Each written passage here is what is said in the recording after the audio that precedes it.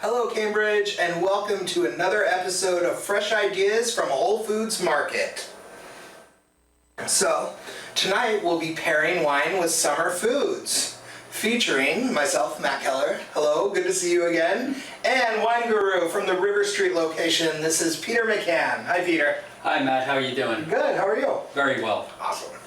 My name is Peter McCann. I'm the wine guru, my wine buyer for River Street in Cambridge, and we've chosen a number of different wines tonight that we wanted to pair with some summer dishes. Perfect. Yeah. What do you do at River Street? What does that job entail?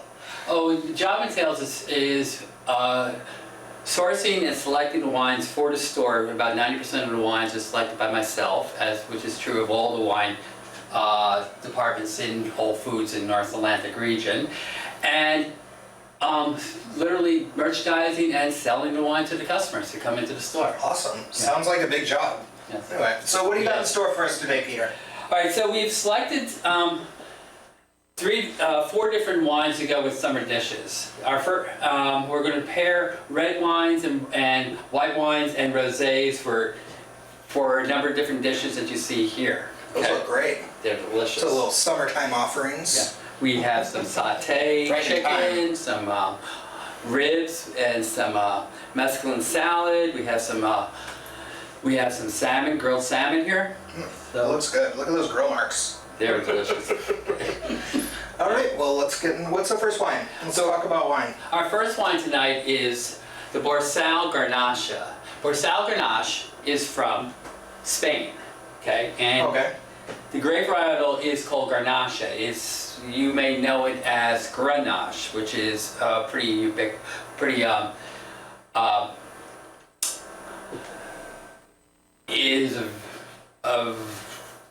Like in French wines? Yes. Like sometimes there will You'll be find it in French Grenache wine. or like in a Côte d'Aron or... Exactly. Okay. Exactly. Okay. Okay. It is a full body, not too heavy, not too aggressive, very spicy, bright fruit style red wine. And we choose it to pick with any sort of grilled dishes, such as the ribs, the meats, but especially also with salmon. Not many people think of our red wine with salmon. No, I would never think that. Yeah. So this with the salmon, huh? And it doesn't overpower it at all? Not at all. No? Not at all. Oh, delicious. Yeah, I would say though, if you do choose red wine with salmon, is to avoid using any lemon on the salmon. It's okay. lemon itself will take away from the flavor of the wine. The other thing I'd like to say about this wine, it has been called by Robert Parker, the author of The Wine Advocate, as one of the greatest red wine values for under $10. Oh, wow. Yes. Okay. That's great. So if this is the same, is this the same grape varietal? Like as in France, as in Spain? Just a different name, or is it a different varietal? No, but it's the same grape variety. Okay. And Grenache is actually the most widely planted grape in the world. You don't see it very often in the United States as a single varietal, but you'll find it in Spain, in Australia, and in France. It's all Grenache. It's all Grenache. Think of any wines from the southern Rhone region of France as being predominantly Grenache. Okay, and it always has that spice and the big, like, juicy flavors. Always has spice, always has a lot of bright red fruit flavors to it, and it's just delicious. Just delightful. Yes. Yes. All right. Okay. Great, well that sounds good. I didn't know that about the salmon. Yeah. That's fantastic. Yes. Okay. Well, what's the next wine?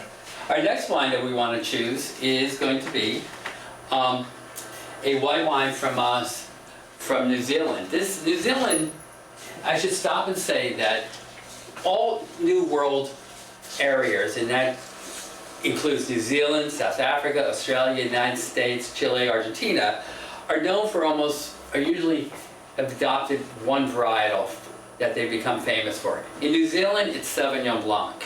Okay. The Sauvignon Blanc you find from New Zealand, and this one in particular, is very dry, very acidic, and the flavors that are on it are gooseberries, passion fruit, lemon, lime, grapefruit. It's almost as if sometimes it can be as if you're biting into a lemon. They can be so aggressive in their flavor. So super bright, like tart citrus fruit.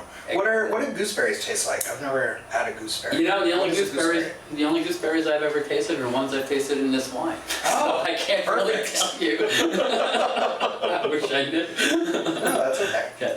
But among our customers, Sauvignon Blancs from New Zealand become one of the most popular white wines around. Right. You know, and what makes them also very good is that, while I said before not to use lemon on salmon if you're going to match a red wine, if you are going to use lemon on a seafood dish, a Sauvignon Blanc from New Zealand, or any Sauvignon Blanc for that matter, would be perfect, because the lemon in this matches well with the lemon that's in the food. Okay. Okay? Otherwise, lemon would destroy the flavor of most wines. Oh, okay. Okay. Because that cuts right through. Exactly. And the wines are battling the flavors against each Exactly. against the food. Okay. It's that aggressive acidity and aggressive flavors of the lemon. Nice. Okay. So you can do this with any of the dishes that we have here, such as the satay looks good. It looks really good. Actually kind of hungry right now. Yeah. Okay. And so, should we move on to the next one? Sure. This yeah. one? Yeah, we can. Okay. This is kind of unusual. This is a Vinho Verde. Vinho Verde. And Okay. Vinho Verdes, the best way to describe Vinho Verdes is they're fun. They're non-pretentious or anything. They have great fruit flavors. They have a touch of sweetness to it. They have a touch of effervescence. In fact, the effervescence matches well with the sweetness, where the sweetness isn't cloying at all. And they're just, they scream summer. Okay. Okay. Now, Really pleasant. They have a little fizz to them. I think I've Exactly. sometimes. Okay. Exactly. In fact, with Vinho Verdes, what turned me on to realize that how important these are to summertime is I was driving to work one time and I stopped by a small wine shop that was by Inman Square. Okay. And they were unloading cases of Vinho Verde to this shop. And I was counting, they was unloading 75 cases of Vinho Verde. For this tiny, like, where are they going to put it all? Exactly. I said, well, he's selling all that Vinho Verde. I've got this, am I missing a boat? So I made sure I always had about 5 of them in the store at this point. Okay. Oh, fantastic. And it's low in alcohol, right? So Yes. you can drink a lot of it. Yes, it's about. Yeah, that's a good point too. In fact, that brings up a point that if you ever wondered how to tell whether a wine is dry or sweet, Okay. look at the alcohol on it. Oh, okay. Okay, if it's below 11%, it has a little bit of sweetness to it. If it's over 11%, it's dry. Okay, I didn't know that. That's a good rule of Yeah. thumb, because people are always looking for a dry wine. Now you can just look for it. There you So go. if it has the low alcohol, that means there's a little sugar left in it from fermentation, right? Exactly. Okay. Exactly. Yeah. Exactly. And with the acidity that's in this, it matches well and balances out that sweetness. Oh, fantastic. Okay. So you can do this with any type of spicy dish, or if you would like, you can just sit there in the porch on a hot summer day, Just drink watch it. the boats go by, and just sip on a glass of Vinho Verde. Now that sounds like summer. Summer in Portugal or summer in Cambridge. Yes. Either or. Right along the Charles River. Fantastic. Yeah. All right, what's next? Okay, so our next wine that we've chose, everybody loves rosés. Rosé's like the thing right now, right? Even those who don't think that they do, they love rosés. Okay. And, the worst part about rosés, there is one best thing about rosés, is they're so easy to drink that before you know it, the bottle could be empty. So you gotta get two. Gotta get to it. And as I said before, when you look at the alcohol content in a bottle of wine, you can tell whether it's dry or sweet. Well, most rosés you're gonna find these days are about 12% to 13% alcohol by volume. Okay. So that's surprising, because the thing about rosé is everyone's like, oh, it's sweet. I don't want to drink a sweet wine. Exactly. You know? Those it goes back to the days of Matus and White Zinfandel. Oh, Yeah. White Zinfandel. So, Gave rosé a bad name. Yes. Yes, it did. Well, we chose the Borsal rosé because, as you can tell, I actually kind of love the Borsal wines. And this is made from 100% Garnacha, such as the red. And it has the same richness of flavor that the Grenache does, only a little bit more accessible. It's not to say that the red Grenache is not accessible. This is just easier and just more accessible to you in the beginning.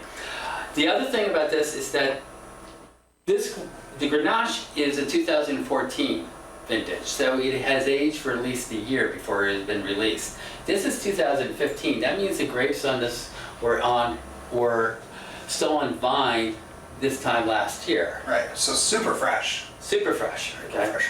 Okay. And so you can drink this wine and get an idea of what this Grenache, the 2015 Grenache, is going to taste like when it's released. And we found with most of the rosés this year that for whatever reason, I believe I didn't really follow the weather in France or Spain or Italy last year because I was more concerned about the weather here in Cambridge. Right? Which was pretty nice, actually. It is. It's the thing about the Grenaches from 2015 is they seem to be richer than previous vintages, especially compared to the Grenaches of 2014. Okay. So you have a lot to look forward to when the reds are released. So it's like giving you a little preview. Exactly. Now, so this is the same. All right, I have a question. Mm-hmm. So are these grapes the same grapes that are going to go into this one as well, or are these, and then they're just stop the fermentation early, or do they add a little bit of red wine to the grapes that have stopped to make it that? How does it get that rosé color? Well, simply put, you make red wine from red grapes. You make Okay. white wine from white grapes. Okay. Okay. So I know that Start sounds there. obvious. No, it's good. And a lot of people have this question. So. This is true. You can make white wine from red grapes, but you can't make red wine from white grapes. Still, I'm being very obvious here, obviously. Yeah. I'm with you so far. So. The point is, what gives wine its color is the skin contact of the grapes. So the longer the skin contact that the juice of the wine has with, the longer the contact the wine has with the skins of the grapes, Okay. the darker the wine. So a regular red wine will see skin contact for 48 to 72 hours. Okay. Okay, For a long time. exactly. For a rosé, will be anywhere from 2 to 6 hours. Oh, and that's it. That is it. Now, They strain out the skins and all that. right? Okay. They literally I lost for the word, but I'm Some just going to word. use decant the wine Okay, from the rack the wine off the skins. Now, having said that, a lot of people think when they see a rosé and they see a very light-colored rosé, it's going to be a very light flavored wine. Right. But it's not. Okay. The skin contact, the color of the wine has absolutely nothing to do with the flavor of it. Oh, okay. That is the richness of the flavor. Okay. Okay. There are still some other flavor components that are brought from the skins, but not the richness, right? What the color of the wine is nothing more than how long the wine is in contact with the skin. So if it's a very pale colored wine, it's only seeing skin contact for maybe 2 to 4 hours at the most. Okay? If it's a much darker, it would be up to about 6 hours. This one's probably seeing 6 hours of skin contact. Oh wow. So not very much, and it still turns that really nice pink color. Yes, it does. Okay. And it's the Grenache grape. The Grenache grape has a lot of color in it, too. So it's you'll get a lot of that color in it. Some grapes have very little color and will impart very little color to the wine itself. A thing that most people don't know, Pinot Gris, actually, Okay. is actually made from a very light colored red grape. Oh really? Yeah. Okay. And I didn't know that. sees little to no skin contact at all. You might see a bit of a orange or pinkish hue to a Pinot Gris from Oregon, but your normal Santa Margarita, whatever Pinot Grigio that you get, Yeah. sees no skin contact whatsoever, At so it's all. a very white wine. Okay. Okay. So just pressed, skins go away, and the wine's made. Exactly. Okay. I Exactly. get it. Thank Okay. you, Peter. My pleasure. Yeah. Okay. Now I have another question. Yes. All right, so these artichokes in here. We have this artichoke salad. It has a nice vinaigrette to it. So you got that acid. You have the artichokes, which artichokes are kind of hard to pair wine with, right? Almost impossible. Okay, so what would you pair with those artichokes? What would you do with that salad? With that salad, I'd probably do the Oya Point Sauvignon Blanc. Okay. Like you said, you get that citrus since you have that vinaigrette Exactly. there. Okay. It's aggressive enough in its flavors and aggressive enough in its acidity that it should while it may not marry well with the artichokes, it will definitely not get overpowered by the artichokes. Right, and it'll complement them, because who doesn't like artichokes with lemon, right? Right, exactly. So That's a good. good point. Mm-hmm. Yeah. Delicious. Okay. And actually, I may even try the Vina Verde too. Oh, really? Okay. Yes. Be a nice little component to it. It's the sweet and the That sounds good. sweet and acid. Yeah. You know. We'll try it after this. Okay. Anyway. All right, so now we've talked about all these wines. Let's get into the nitty gritty of wine. Wine 101. Okay. Wine 101. Yeah. Okay. Hi. So we thought about some of the things that we get asked by customers throughout the course of a day about regarding wine when they purchase it, whether to decant or not decant. What does it mean to allow a wine to breathe? Okay. You know, what kind of glasses Good should you question. use? Yeah. What are the proper serving temperatures for either a white, a rosé, or a red? And also some tricks on how to chill down a bottle of wine Ooh, too. I wouldn't know that one. Sometimes you want to drink the wine right away. You know? Exactly. You don't want to wait. Yeah.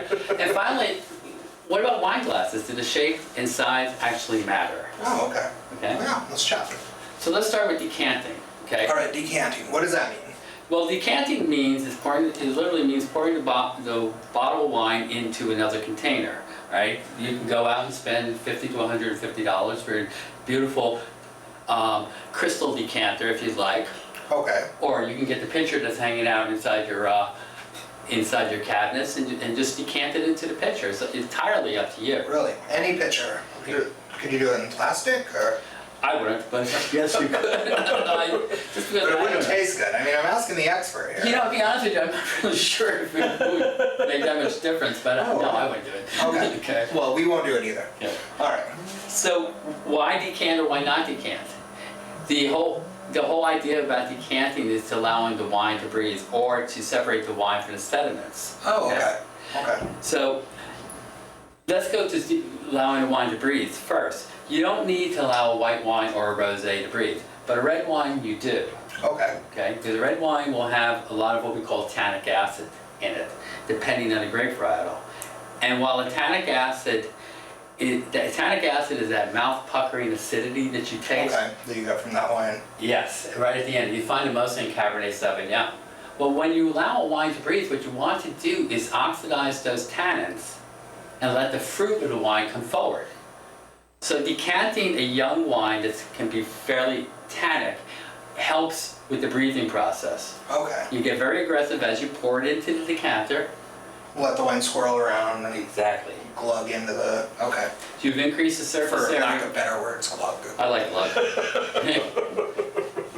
You've increased the surface area of the wine, so there's more oxygen can get into the wine. Because there's no oxygen in the bottle, right? Well, Or there little is some. There is some. You Okay. can see it. Well, you can't see it there, but you can see it between We the can cork. see it. Yes.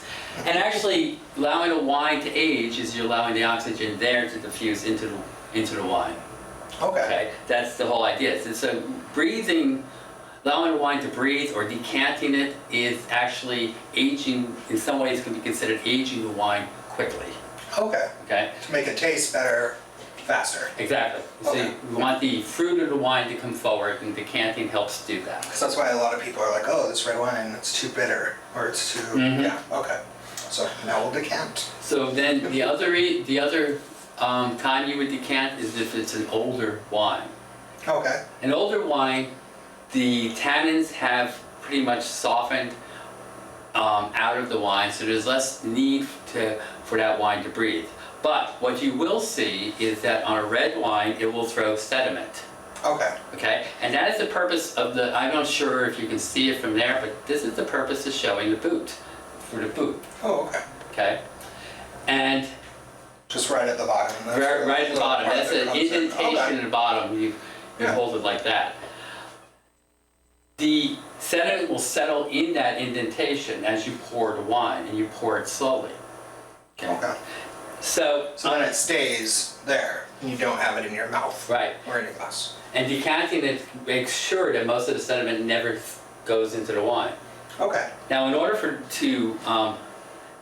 to help with allowing the sediment to settle to the bottom, is that on an older wine, what you will want to do is bring that older wine upstairs from your cellar that you have those many cases of fine Bordeaux sitting in. Of course. Yes. Who doesn't?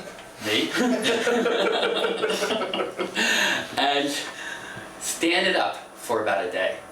Oh, okay. Allow the sediments to fall to the bottom. Uncork the wine when you're ready to drink. I usually suggest to people uncork it about when you're making dinner or so, and pour it slowly into your decanter, keeping the sediment down into the boot of the wine. Okay. And an older wine needs has less need to breathe, Okay. but probably more need for decanting. All right. Okay. So more need for the air. All right. I think I got it. So is that you covered breathing and decanting? I think so. Okay. I'm breathing, and so we're good. Cool. All right. So, how much wine in a glass?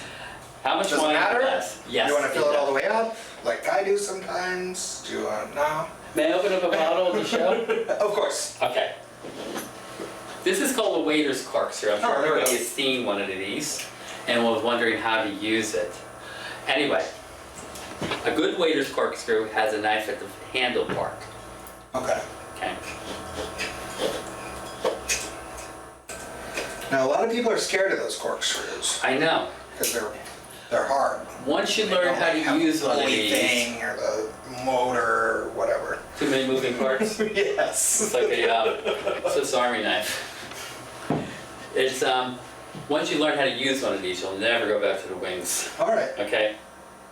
I'll take your word for it. This is the trick, and sometimes you'll get a two-pronged part on here. Okay. You just pop it in there. Oh, Pretty done. cool, huh? Yes. Okay. Applause. And this is a synthetic cork, so you don't have to bring this cork back and have it recycled. Okay. Okay. So how much wine to pour in a glass? How much? Let's see. Whoops. Ooh, I swear I have had none to drink before. hasn't had any wine. Okay. No more than about a third of the glass. Oh, okay. And the purpose for this is that even though you allow the wine to breathe, before you taste it, you want to be able to swirl it, sniff it. Be able to get your nose in there. Exactly. Okay. You can look at the legs if you care to. Those are the wine that falls along the side of the glass. It gives you an idea of how thick the wine may be. And you'll taste it. And as you taste it, don't be like so many people where you taste it and then swallow it. Oh yeah, that's good. You haven't tasted anything then. Keep it in your mouth for a while. Okay. Breathe in a little bit of air, let it oxidize a little bit in your mouth. Swish it around. You've got taste buds all over your tongue, all over your mouth. You want every taste bud to get an opportunity to taste the wine. Okay. So So you're getting your mouth used to it. Exactly. What you've Be been nice to used your to it. mouth. Okay. Okay. Be nice to your mouth. So that's it. So if you go to a restaurant, and some restaurants will pour it all the way up to here. Yeah. You may be getting your value in wine, but you're not getting an You're opportunity. not getting the most out of the wine that you could have. Exactly. Right. A good restaurant will give you a little craft of wine pouring yourself. Okay. Yeah. Great. Yeah. And then I guess what we really have to talk about is temperature. Mhm. And then maybe we can make a quick sangria. Think we have time? Yeah, I think. All right, let's do it. Okay. 3-minute sangria. 3 minutes, sangria. All right, very quickly about temperature. The richer the wine, the closer to room temperature you want to drink it. Okay. Okay. The lighter the wine, the colder you want to drink it. All right. Okay. If you want to tell whether a white wine has any flaws to it, drink it at room temperature. Coldness will hide some of the flavors of your wine. All right. Okay. So, you don't need to get it so cold that it's going to hurt your teeth when you taste it. Okay. Nobody likes that. Get it a bit chilled. That's enough. That's all you have to do. And how to chill your wine? Well, obviously you can put it in your refrigerator or your wine refrigerator if you have one of those. But put it in your refrigerator is a good way to chill your wine. But what if you just buy a bottle of wine from the store and there's no way to And you're ready to drink it. and you're ready to drink it? If you have ice at home, crush a bunch of ice, put it into a metal container, Okay. put a little bit of water in with it, and then stick your bottle of wine in with the ice. It should take you no more than about a half an hour to chill down that bottle. Oh, perfect. The whole, Okay. the whole idea, in fact, it works much better than if you were to put it into the freezer. The idea here is that water will conduct coldness faster. And get right into the wine. Exactly. Okay. So say this red wine's been out for a day. I didn't finish it last night, so I want to make some sangria. Let's see. Well, we can do that. We can just even open up another bottle. Oh, but let me tell you one other thing about chilling, a little trick. Okay. Okay, so what if you don't have any ice? Well, if you have some frozen blueberries, some frozen fruit, Ooh. pour your wine into a glass and take some frozen blueberries and throw it into the glass with the wine. They have like ice cubes. So you don't have watered down wine. Exactly. Okay. And then we have a quick sangria recipe to show you all. Mm-hmm. You got time to do this? We can just talk about it. Okay. Yeah. So we'll take this wine and make something really fun out of it. Right. All right, so we have, for sangria, the basic recipe is, and everybody has some of it around, but I found this recipe many years ago and I love this one. So 2 bottles of red wine, a half a cup of club soda, a half a cup of orange juice, and a cup club soda for a little bit of fizz, okay? Okay. Some sliced fruit, sugar to taste, and here's the really cool thing, is a shot or 2 of triple sec or Cointreau. Woohoo. Gives a little bit of a bite to it. Fun. Okay. Now, it's very easy to do. You're just pouring the bottles into a bowl. You're adding your fruit, okay? All the liquids into a bowl. Add your fruits and stir it up and let it sit overnight. In fact, sangria is going to taste much better if you allow it to And then sit just overnight. enjoy it super cold, huh? Yes. All right. Well, we're running out of time, Okay. but we're gonna make some sangria. I don't know about you, Peter, but yeah. No, we're gonna make some sangria. Thank you so much for tuning in today, and thank you, Peter, for coming in. Thank so you. excited. Asking me.